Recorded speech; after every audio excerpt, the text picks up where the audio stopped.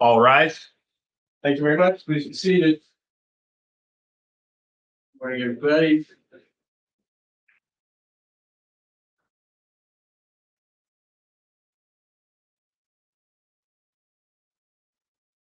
Okay, let's get on the record, please.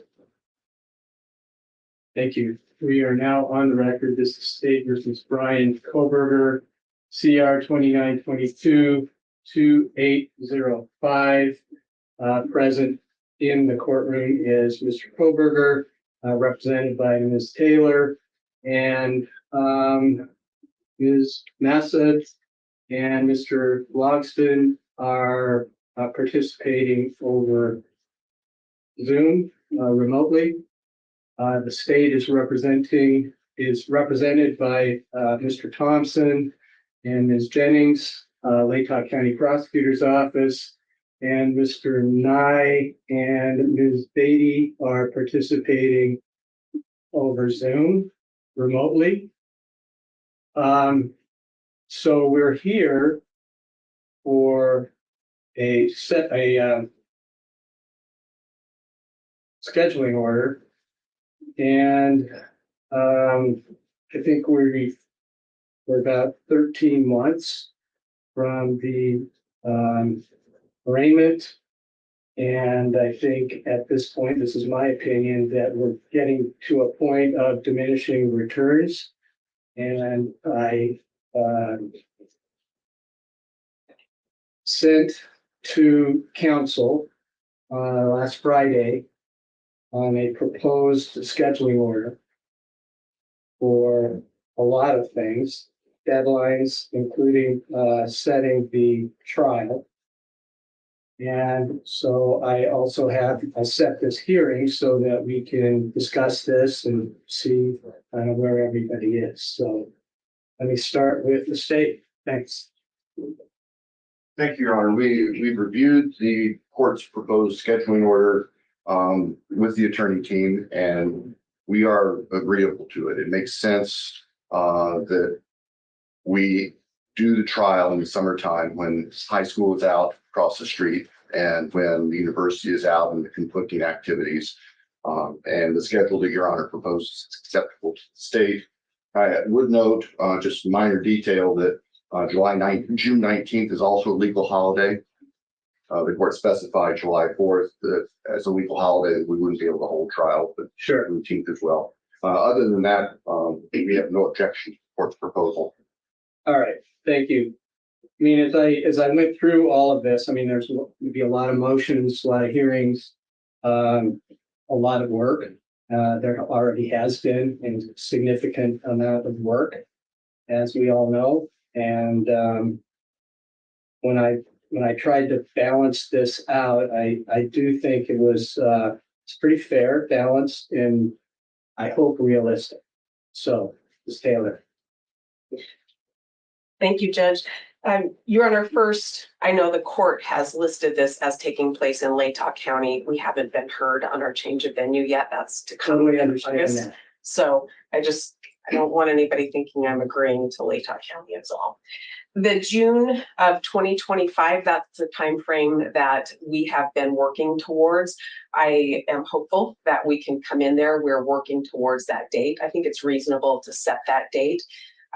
As the court's aware, mitigation is something that takes a significant amount of time. We've had that underway since the day we took this case. We continue to work that very hard. I spoke with our mitigation expert last night about this date.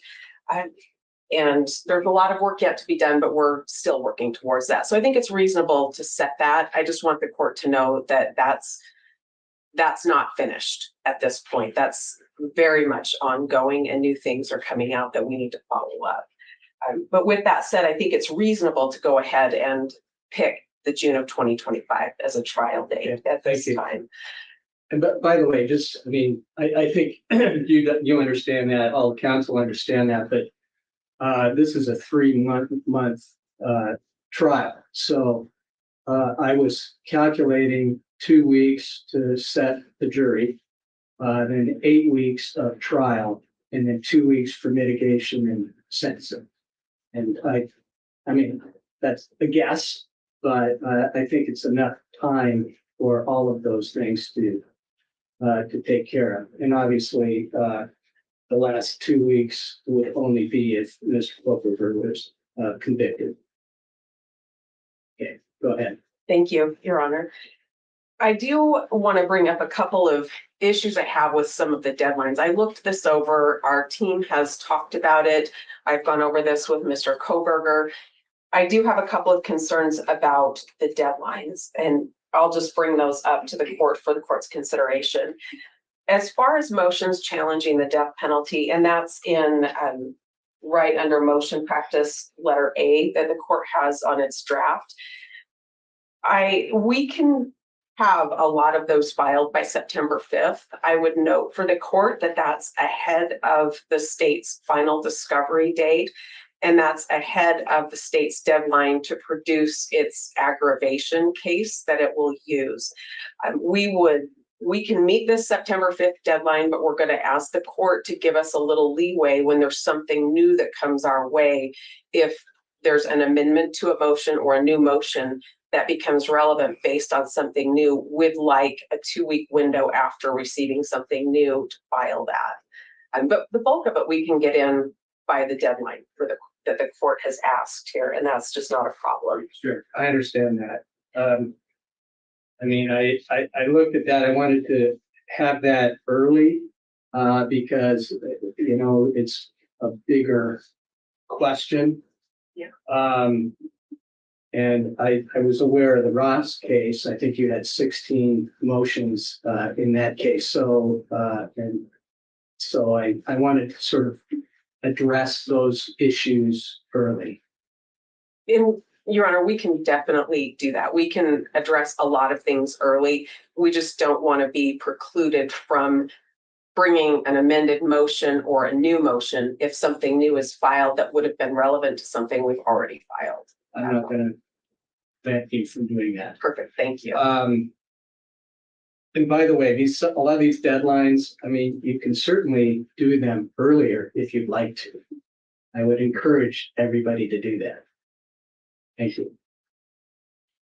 Your Honor, then moving on, the motions in limine under letter C, the court has suggested February 13th as the date for that.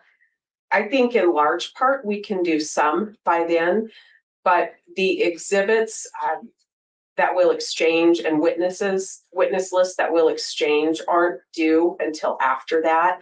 And again, I think there might be additional motions that would be relevant after those things have been exchanged. So if the court wanted to move the whole deadline so we had all of those motions in limine at once, I think that would be reasonable. But if the court wants to keep this deadline, as long as we have the ability to bring more motions in limine based on new filings, we'll be okay with that as well. Sure. And I was also thinking about, you know,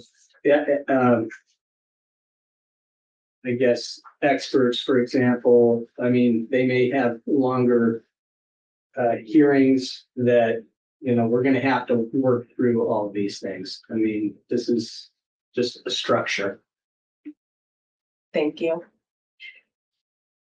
The court had listed March 14th as a trial brief date, and that is ahead of some of the other deadlines, recognizing that the trial is the innocence phase and the sentencing phase, if it happens, is the mitigation and aggravation.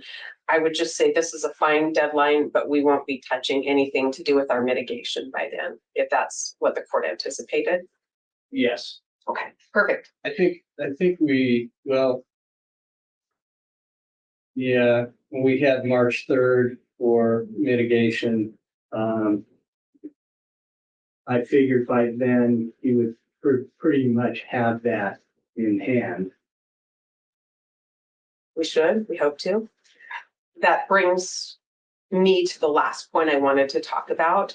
The court has proposed setting a mutual exchange of aggravation and mitigation materials, and I'd ask the court to reconsider that. We will aim for our March 3rd deadline. That's our plan right now.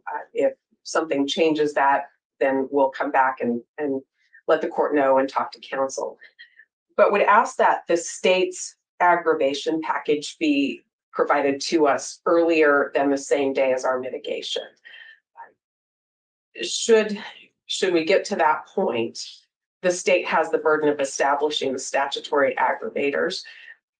There are some things I think I might be able to guess about how the state's going to try to present information, but I don't think I should have to guess. I think I should have that information well ahead of providing the mitigation that will be presented in response to any aggravating information that's presented by the state.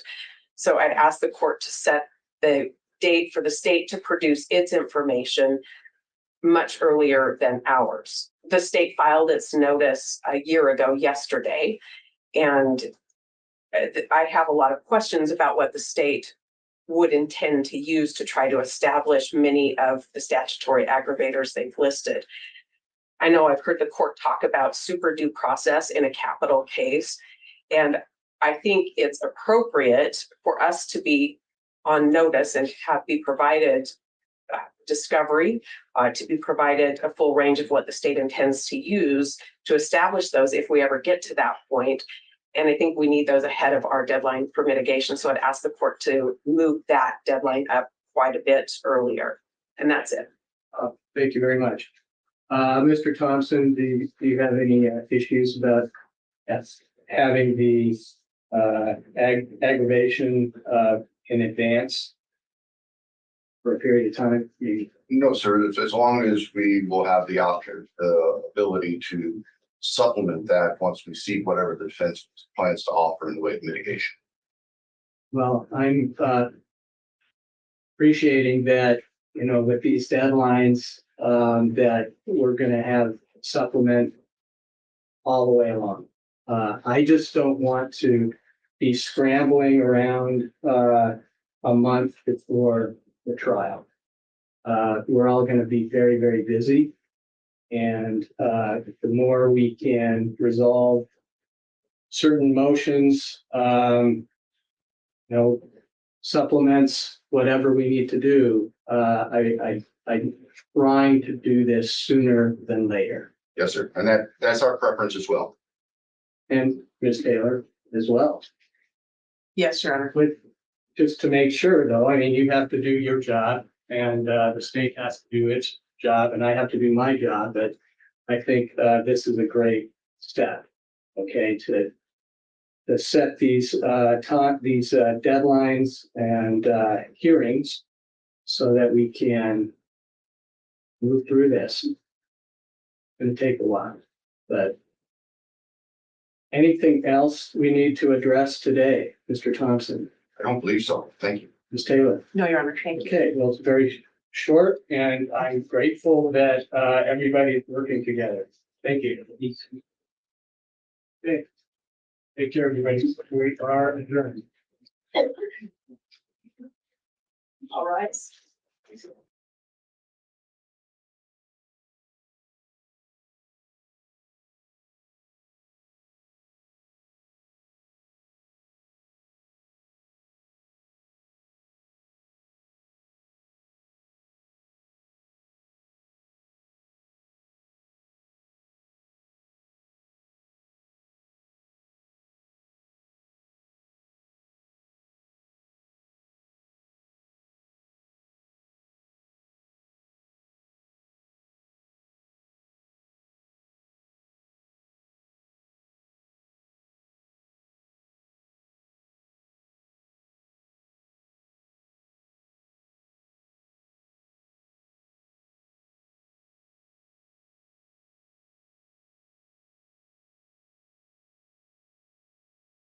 Death penalty case, even if you don't expect you're going to need to use it, you have to be prepared to be able to present that information. And so mitigation is basically any